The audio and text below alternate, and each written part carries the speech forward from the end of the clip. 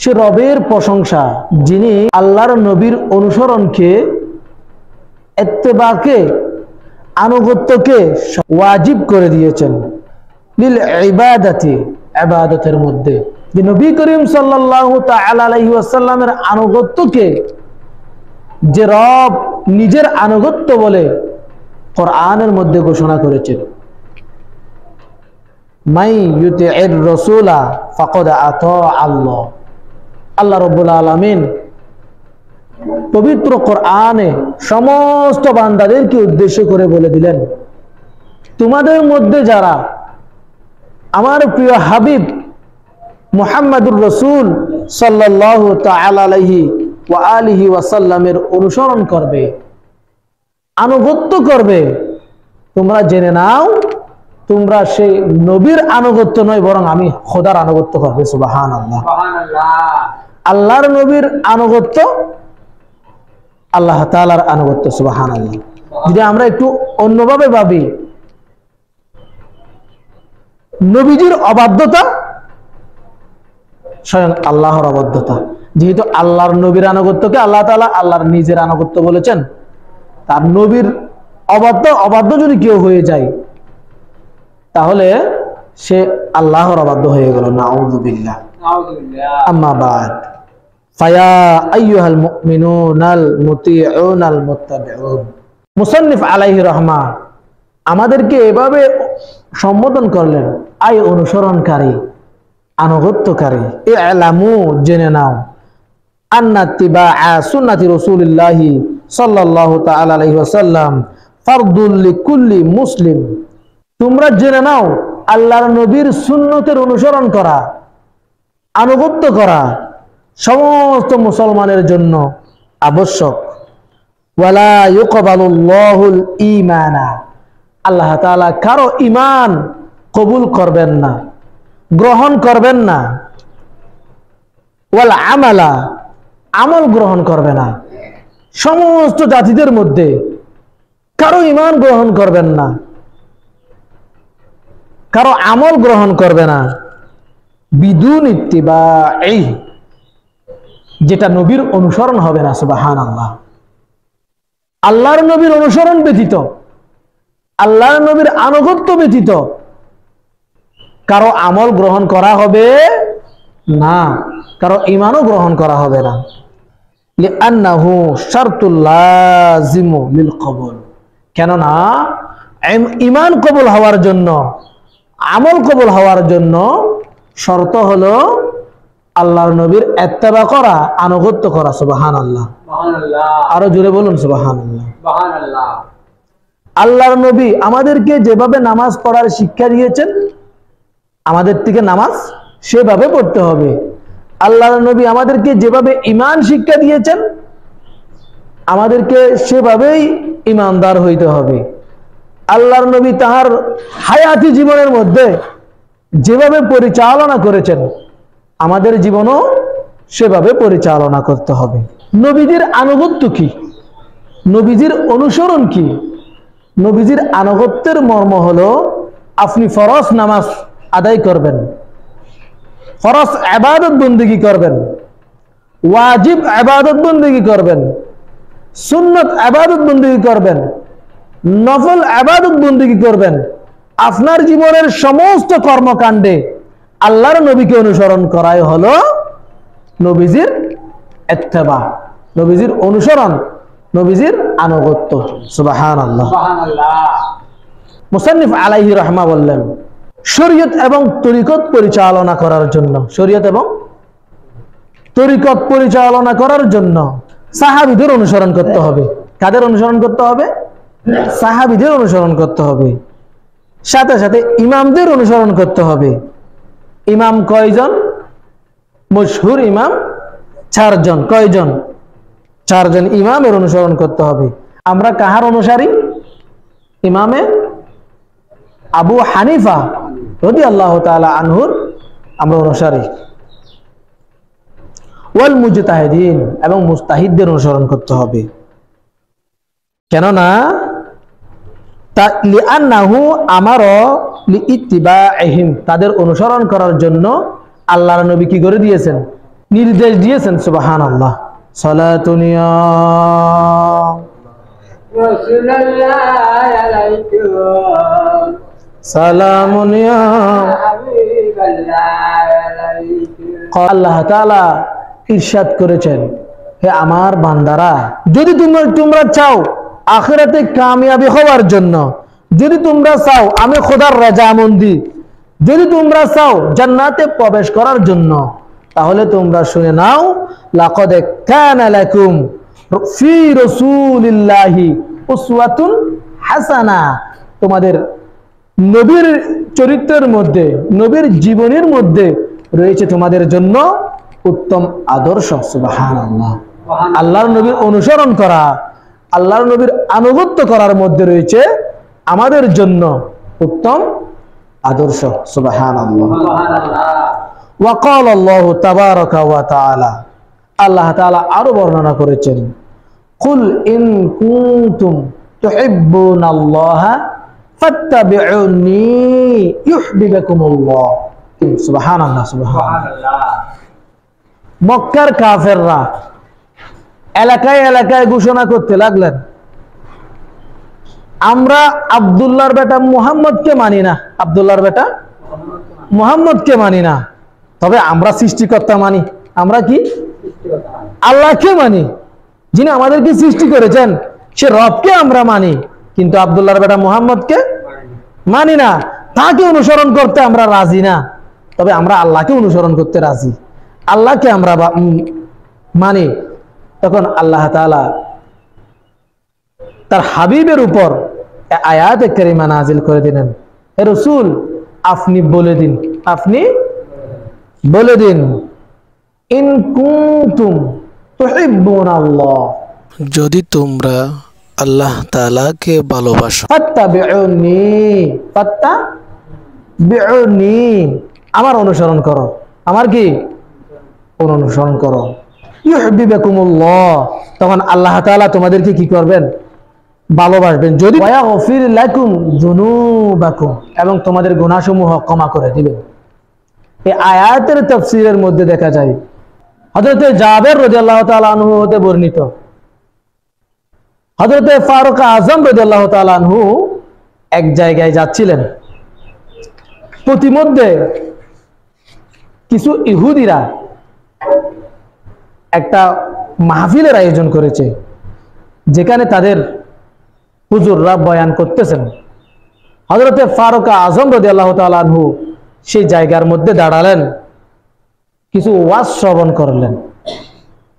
হযরত ফারুক আযম রাদিয়াল্লাহু তাআলা আনহুর নিকট তাদের কথাবার্তা,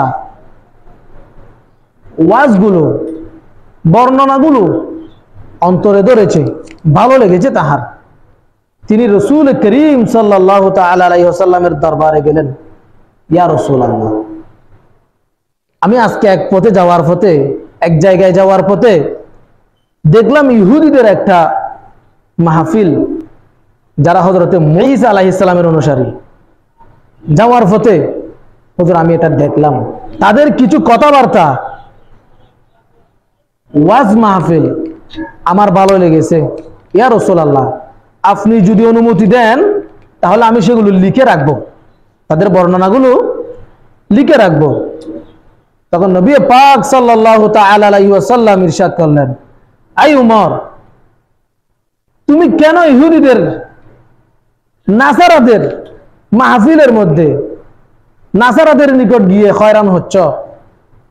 কেন তুমি বিরক্ত হয়ে যাচ্ছ এদিক সেদিক দৌড়াইয়ে, যেখানে তোমার আল্লাহ তোমার হাবিবের উপর, তোমার রসুলের উপর পরিপূর্ণ ইসলাম দান করেছে। সুবহানাল্লাহ। হে ওমর, শুনে নাও, যদি এই মুহূর্তে হযরতে মূসা আলাইহিস সালাম বেঁচে থাকতেন, হযরতে ঈসা আলাইহিস সালাম যদি বেঁচে থাকতেন, তারা উভয়ে আমি রসুলের অনুসরণ করত। সুবহানাল্লাহ। এই জন্য আমাদের উচিত হবে নবী পাক সাল্লাল্লাহু তাআলা আলাইহি ওয়াসাল্লামের কদম বা কদম জীবন পরিচালনা করা। হযরত উসমান রাদিয়াল্লাহু তাআলা আনহু এক জায়গায় সফরে যাচ্ছে। কোথায় যাচ্ছে? সফরে যাচ্ছেন। যাইতে যাইতে কিছু দূর যাওয়ার পরে তিনি দাঁড়ালেন, এখানে ইন্তজার করলেন, অপেক্ষা করলেন। সাথে সাহাবায়ে কেরাম রয়েছে, তাদেরকে বললেন আমার জন্য উজুর পানির ব্যবস্থা করো। সাহাবায়ে কেরাম হযরতে ওসমান রাদিয়াল্লাহু তাআলা আনহুর জন্য উজুর ব্যবস্থা করলেন। হযরত ওসমান রাদিয়াল্লাহু তাআলা আনহু উজু করলেন এবং সাহাবীদের দিকে ফিরে মুস্কি মুস্কি হাসতে লাগলেন। আশেপাশে যারা আছে ওনার সাথে সফর করতেছেন, তারা বলতেছে হুজুর আপনার তো উজু আছে, আপনার কি আছে? উজু তো ভাঙেনি আপনার, কিন্তু আপনি উজু বানাইলেন এখানে, আবার মুস্কি মুস্কি হাসতেছেন, কারণ কি? তখন হযরতে ওসমান রাদিয়াল্লাহু তাআলা আনহু বলতে লাগলেন, তোমরা তাহলে জেনে নাও একদিন আমরা রাসূল করিম সাল্লাল্লাহু তাআলা আলাইহি ওয়াসাল্লামের সাথে এই জায়গা দিয়ে সফরে যাচ্ছিলাম, তিনি এই জায়গায় অপেক্ষা করলেন এবং এখানে উজু বানালেন। উজু বানিয়ে তিনি আমাদের নিকট ফিরে মুস্কি মুস্কি হাসতে লাগলেন। সুবহানাল্লাহ। এজন্য আমি ওসমান রাদিয়াল্লাহু তাআলা আনহু সওয়াবের আশায় নয়, জাহান্নামের ভয়ে নয়, জান্নাতে প্রবেশের জন্য নয়, আমি শুধুমাত্র আল্লাহর নবীর অনুসরণের জন্য এখানে উজু করলাম। সুবহানাল্লাহ। শুধু তাই নয়, হযরতে আব্দুল্লাহ ইবনে উমর রাদিয়াল্লাহু তাআলা আনহু এক জায়গায় যাচ্ছিলেন, পাশে ওনার সাথে সফর সঙ্গীরা রয়েছেন। যাইতে যাইতে কিছু দূর যাওয়ার পরে তিনি এক জায়গায় তার ঘোড়া নিয়ে এভাবে ঘুরতে লাগলেন, এদিক এদিক ঘুরতে লাগলেন। সফর সঙ্গী সবাই তাজ্জব, কিরে ভাই কি সমস্যা? আমরা তো যাচ্ছি সুজা, আপনি এখানে কেন ঘুরতে লাগলেন? তিনি এভাবে কয়েক চক্কর মারার পরে তিনি দাঁড়ালেন। সফর সঙ্গীরা জিজ্ঞাসা করতে লাগলো, হুজুর আমরা তো একটা গুরুত্বপূর্ণ কাজে যাচ্ছি, আপনি এখানে কেন চক্কর দিলেন? এই চক্করের মধ্যে লাভ কি? এই চক্করের মধ্যে লাভ কি? হযরতে আব্দুল্লাহ ইবনে উমর রাদিয়াল্লাহু তাআলা আনহু বলতে লাগলেন, হে আমার ভাইয়েরা, আমি এই জায়গার মধ্যে চক্কর দিয়েছি কোনো লাভের আশাই নয়, কোনো সওয়াবের আশাই নয়, জাহান্নামের ভয়েও নয়, জান্নাতে প্রবেশের জন্যও নয়। আমি এই জায়গার মধ্যে আমার প্রিয় হাবিব রাসূল পাক সাল্লাল্লাহু তাআলা আলাইহি ওয়াসাল্লামকে এভাবে চক্কর দিতে দেখেছি, সেজন্য আমিও রাসূলের সেই সুন্নতকে অনুসরণ করেছি। সুবহানাল্লাহ। সাহাবায়ে কেরাম আল্লাহর নবীকে সেভাবে অনুসরণ করতেন যেভাবে নবী পাক সাল্লাল্লাহু তাআলা আলাইহি ওয়াসাল্লাম নিজের জীবন পরিচালনা করতেন। এজন্য আল্লাহর নবীকে নিয়ে আল্লাহ তাআলা বলালেন, হে রাসূল আপনি বলে দিন, ইন কুনতুম তুহিব্বুনাল্লাহ, যদি তোমরা সত্যি সত্যি আল্লাহকে ভালোবাসো, ফাত্তাবিউনি, তাহলে আমি রাসূলের কি করো? অনুসরণ করো। ইউহিব্বুকুমুল্লাহ, যদি আমার অনুসরণ করো তাহলে আল্লাহ তাআলা তোমাদের কি করবেন? ভালোবাসবেন। ওয়া ইয়াগফির লাকুম যুনুবাকুম, এবং তোমাদের গুনাহসমূহ ক্ষমা করে দিবেন। ওয়াল্লাহু গফুরুর রহিম, তিনি ক্ষমাশীল এবং দয়ালু। তাহলে আল্লাহর নবীর অনুসরণে কয়টি লাভ? দুইটি লাভ। কয়টি লাভ? দুইটি লাভ। এক নম্বর হলো আল্লাহর ভালোবাসা অর্জন হয়ে যায়। আল্লাহর ভালোবাসা, আল্লাহকে ভালোবাসতে হচ্ছে না, আল্লাহর রাসূলের অনুসরণ যদি করেন আপনি, তাহলে আল্লাহ তাআলা আপনাকে অটোমেটিক ভালোবাসা শুরু করে দিবেন। সুবহানাল্লাহ। আমাদের এখানে মনে করেন অনেকে নিজের পাওয়ার দেখার জন্য আমি মন্ত্রীর লোক, আমি কিসের লোক? আমি নিজে বলতেছি আমি মন্ত্রীর লোক, মন্ত্রী বলতেছে না, ঠিক কিনা? মন্ত্রী যদি বল, আমি নিজে বলতেছি না আমি মন্ত্রীর লোক। যদি মন্ত্রী উপর থেকে যে ঘোষণা দেয় অমুক এলাকার অমুক যে আছে সে আমার লোক, তাহলে তার পাওয়ার বাড়বে না কমবে? বাড়বে না। এখানে আল্লাহ ঘোষণা করে দিয়েছেন যে আমার রাসূলের অনুসরণ করবে, তাহলে সে আমার লোক, আমি তাকে ভালোবাসি। সুবহানাল্লাহ। ওয়া ইয়াগফির লাকুম, এবং তার গুনাহসমূহ আমি ক্ষমা করে দিই। সুবহানাল্লাহ। তো আল্লাহর রাসূলের অনুসরণের মধ্যে কয়টি লাভ? দুইটি লাভ। আল্লাহ তাআলা আমাদেরকে ভালোবাসবেন এবং আমাদের গুনাহসমূহ ক্ষমা করে দিবেন। সুবহানাল্লাহ। আন আবি হুরায়রা রাদিয়াল্লাহু তাআলা আনহু قال হযরতে আবু হুরায়রা রাদিয়াল্লাহু তাআলা আনহু হতে বর্ণিত, তিনি বলেন ক্বালা রাসূলুল্লাহ সাল্লাল্লাহু তাআলা আলাইহি ওয়াসাল্লাম, রাসূলুল্লাহ সাল্লাল্লাহু তাআলা আলাইহি ওয়াসাল্লাম ইরশাদ করেছেন, মান আতাআনি ফাকাদ আতা আল্লাহ। মান আতাআনি, যদি কোনো ব্যক্তি আমার অনুসরণ করে, আমার আনুগত্য করে, ফাকাদ আতা আল্লাহ, সে আল্লাহর আনুগত্য করলো। সুবহানাল্লাহ। ওয়ামান আসানি, যদি কোনো ব্যক্তি আমি রাসূলের অবাধ্যতা করে, আমার কথা না শুনে, ফাকাদ আসাল্লাহ, সে মূলত আল্লাহর অবাধ্যতা করলো, আল্লাহর কথা শুনলো না। সুতরাং আল্লাহর নবীর আনুগত্য করা, আল্লাহর আনুগত্য করা, আল্লাহর নবীর অবাধ্যতা করা, আল্লাহর অবাধ্যতা করা। এই জন্য আমাদের পার্থিব জীবনের হাঁটা বসা ওঠা চলাফেরা, বিয়ে শাদী, ব্যবসা বাণিজ্য, রাজনীতি সহ সমস্ত পার্থিব জীবনের মধ্যে কার অনুসরণ করতে হবে? আল্লাহর রসুলের অনুসরণ করতে হবে। আল্লাহর রসুলের দুশ্মন ছিল কি ছিল না? দুশ্মন ছিল না? যারা আল্লাহর নবী চলাফেরার পথের মধ্যে কি দিত? কাটা দিত, যাওয়ার পথে ময়লা আবর্জনা মুখের মধ্যে নিক্ষেপ করত, শরীরের মধ্যে নিক্ষেপ করত। আচ্ছা, তিনি ওই শত্রুদের সাথে কিরকম আচরণ করেছিলেন? শত্রুদের কিভাবে প্রতিহত করেছিলেন? শত্রুদের সাথে কিভাবে চলাফেরা করেছিলেন? তাহলে আমাদের পার্থিব জীবনের মধ্যেও আমাদেরকে কি করতে হবে? সেটা অনুসরণ করতে হবে। যদি আমরা সেটা অনুসরণ করতে পারি, তাহলে আমাদের কয়টি লাভ? দুইটি লাভ। এক নম্বরে আল্লাহ তাআলা আমাদেরকে ভালোবাসবেন, দুই নম্বরে আমাদের গুনাহসমূহ কি করে দিবেন? ক্ষমা করে দিবেন। রাসূল পাক সাল্লাল্লাহু তাআলা আলাইহি ওয়াসাল্লাম ইরশাদ করেছেন, মান তামাসসাকা বিসুন্নতি ইনদা ফাসাদি উম্মতি ফালাহু আজরুন মিআতি শাহীদ।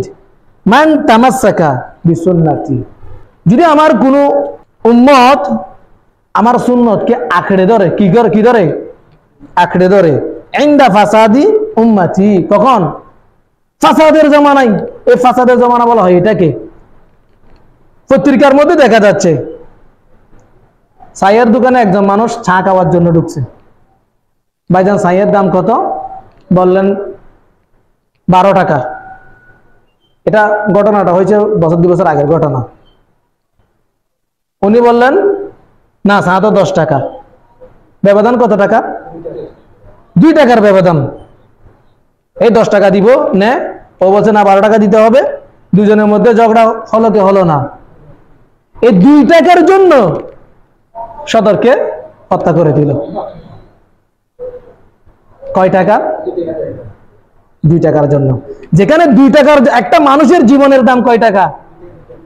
একটা মানুষের জীবনের দাম 2 টাকা, 1 টাকা। যাকে মারা হয়েছে কিছুদিন আগে কলেজের ভার্সিটির একটা ছাত্রকে শুধুমাত্র হাসছে, শুধুমাত্র হাসছে, হাসার কারণে তাকে মেরে ফেলা হয়েছে। আচ্ছা, হাসলে কি মানুষকে মেরে ফেলতে হয়? জান নিয়ে ফেলতে হয়? তাহলে বোঝা যাচ্ছে এটা কি? ফাসাদি উম্মতি। এটা ফাসাদের জামানা, যে জামানার মধ্যে মানুষ হাসলেও জীবন চলে যায়, 2 টাকার জন্য মানুষের জান চলে যায়। আল্লাহর নবী বলছে, এমন জামানায় যদি আমার কোন উম্মত আমার একটি সুন্নত আঁকড়ে ধরে, অনুসরণ করে, ফালাহু আজরু মিআতি শাহীদ, তাকে 100 শহীদের সওয়াব দান করা হবে। সুবহানাল্লাহ। শুধুমাত্র একটা সুন্নতকে যদি আমরা আঁকড়ে ধরে রাখতে পারি, আমরা নিজেদের বিয়ের মধ্যে মনে করেন, একটা আমি উপমা দিলাম, আল্লাহর নবী যেভাবে বিয়ে পরিচালনা করেছেন, আমাদের বিবাহ সমূহ যদি আমরা সেভাবে পরিচালনা করি, আমরা যদি শুধু দাড়িটুকু যদি আমরা রাখতে পারি, একটা সুন্নত, তাহলে আল্লাহর নবী বলছেন ফালাহু আজরু মিআতি শহীদ, তার জন্য 100 শহীদের সওয়াব দান করা হবে। যেখানে একটা শহীদের সওয়াবের বিনিময়ে একজন মানুষ জান্নাতে যাইতে পারে। সুবহানাল্লাহ। আল্লাহ তাআলা আমাদের প্রত্যেককে আল্লাহর নবীর সমস্ত সুন্নতের অনুসরণ এবং অনুকরণ করার তৌফিক দান করুন। ওয়া আখিরু দাওয়ানা আনিল হামদুলিল্লাহি রাব্বিল আলামিন। এখনো পর্যন্ত যারা সুন্নাত আদায় করেননি প্রত্যেকে সুন্নাত আদায় করুন। আসসালামু আলাইকুম ওয়া রাহমাতুল্লাহ।